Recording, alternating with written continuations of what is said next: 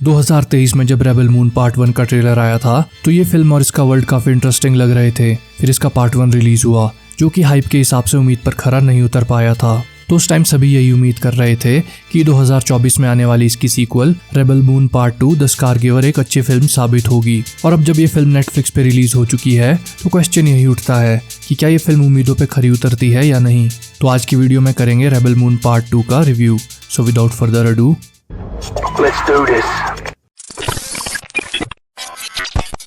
Video में आगे बढ़ने से पहले एक रिक्वेस्ट, फ्यूचर में इसी तरह की वीडियोस के लिए चैनल को सब्सक्राइब करो।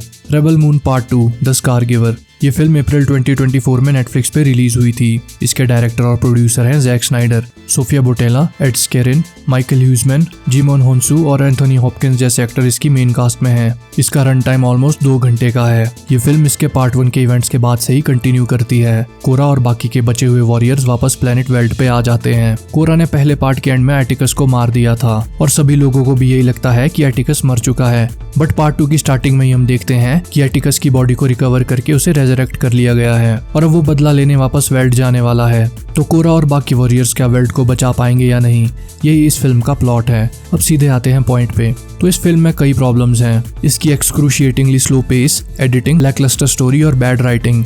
स्टार्टिंग के 35 मिनट्स तक कुछ भी सिग्निफिकेंट नहीं होता। थोड़ा कोरा का पास जानने को मिलता है, बाकी इट्स ओनली स्लो मोशन। फसल की कटाई के स्लोमो शॉट्स। स्टोरी बिल्कुल प्रोग्रेस नहीं करती, बस ज्यादातर स्लोमो एस्थेटिक शॉट्स देखने को मिलते हैं जो स्टोरी में कुछ भी ऐड नहीं करते और ना ही कैरेक्टर्स को डेप्थ प्रोवाइड करते हैं। इसकी सिनेमेटोग्राफी और विजुअल्स इसके पहले पार्ट की तरह ही क्रिस्पी हैं। So is the background music, but उसी के दम पे पूरी फिल्म नहीं चल सकती।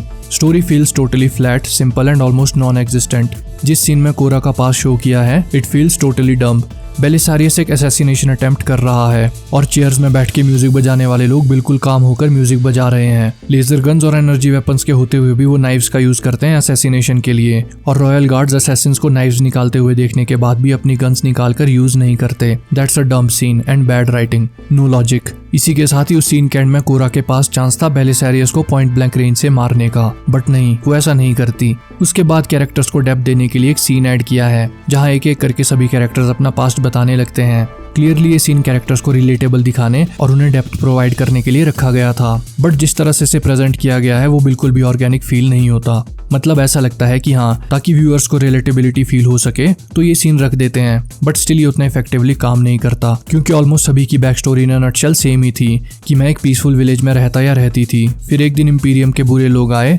और मेरे विलेज पे अटैक किया और उसे तबाह कर दिया, मेरे सभी फ्रेंड्स और रिलेटिव्स को मार दिया। तब से मेरे अंदर एक रिवेंज की आग है और मैं उनके अगेंस्ट लड़ रहा या रही हूँ। Almost same story.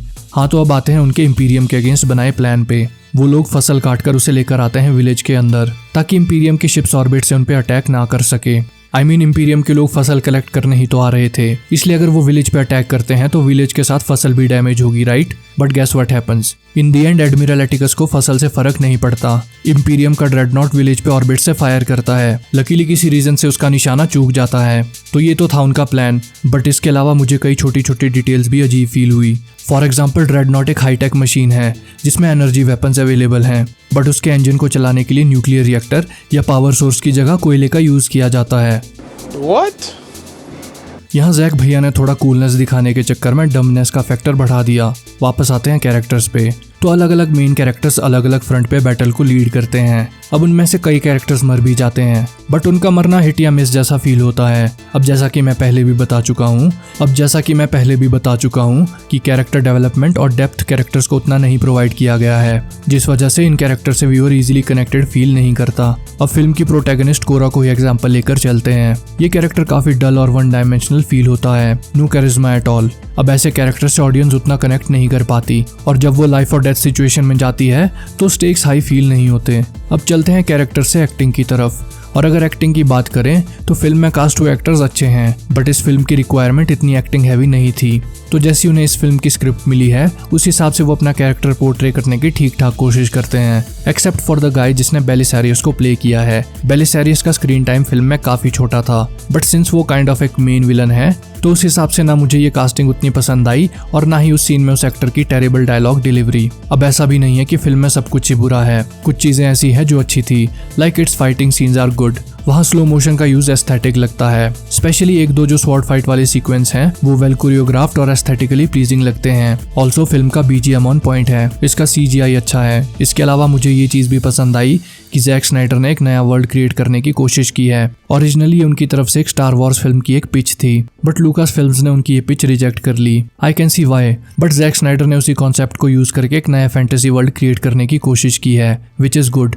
अब क्लियरली इसमें स्टार वॉर्स और द मैग्निफिसेंट 7 से पैरेलल्स ड्रॉ किए जा सकते हैं। इन फिल्म्स के काफी एलिमेंट्स से रेबल मून इंस्पायर्ड है, बट इट्स ऑलवेज नाइस कि जब कोई कुछ नया क्रिएट या ट्राई करने की कोशिश करता है। अब रेबल मून के पास एक प्रॉपर वर्ल्ड तो है, बस इसे एक प्रॉपर डीप स्टोरी और कुछ वेट कैरी करने वाले डीप कैरेक्टर्स की नीड है, क्योंकि इसमें पोटेंशियल तो है बट उसे प्रॉपरली हार्नेस नहीं किया गया है। रिसेंटली जैक स्नाइडर की फिल्म्स के साथ यही प्रॉब्लम रही है। विजुअली ये अच्छी होती हैं, सिनेमेटोग्राफी और म्यूजिक भी ऑन पॉइंट होता है, but weak story, weak script, slow motion का ओवर यूज और वन डायमेंशनल कैरेक्टर्स उन फिल्म्स को अनअपीलिंग बना देते हैं। कभी कभी ये बिलीव करना मुश्किल हो जाता है कि जैक स्नाइडर ने ही Watchmen, Dawn of the Dead और 300 जैसी फिल्म्स बनाई थी। बट हियर्स द थिंग, ये फिल्म्स जैक स्नाइडर की बेस्ट फिल्म्स मानी जाती है, बट इनके साथ एक नोटिस करने वाली बात यह है कि इनकी राइटिंग और स्क्रीन प्ले या तो किसी और ने लिखा है जैसे डॉन ऑफ द डेड और वॉचमैन, या फिर इन्हें कहीं से अडेप्ट किया गया है जैसे 300, जिसे जैक स्नाइडर ने ग्राफिक नॉवल से अडेप्ट करके लिखा था।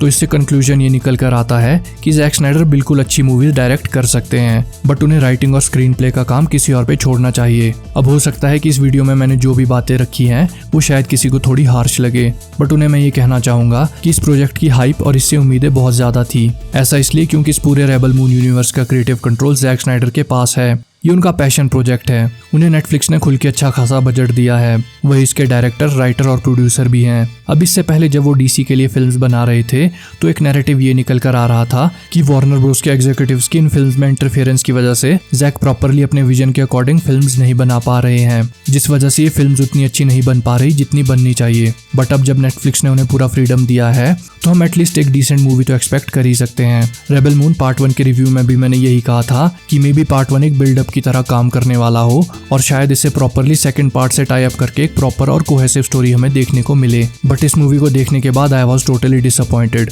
मजा नहीं आया। And that was the review. I hope आपको ये रिव्यू अच्छा लगा हो। अगर आपने भी rebel Moon part 2 the scar giver देख ली है तो इस फिल्म को लेकर अपने थॉट्स कमेंट्स में शेयर कर सकते हो। So that's it for the video. Future में इसी तरह की वीडियोस, रिव्यूज, मूवीज और सीरीज एक्सप्लेनेशंस के लिए चैनल को सब्सक्राइब करो। See you in the next one.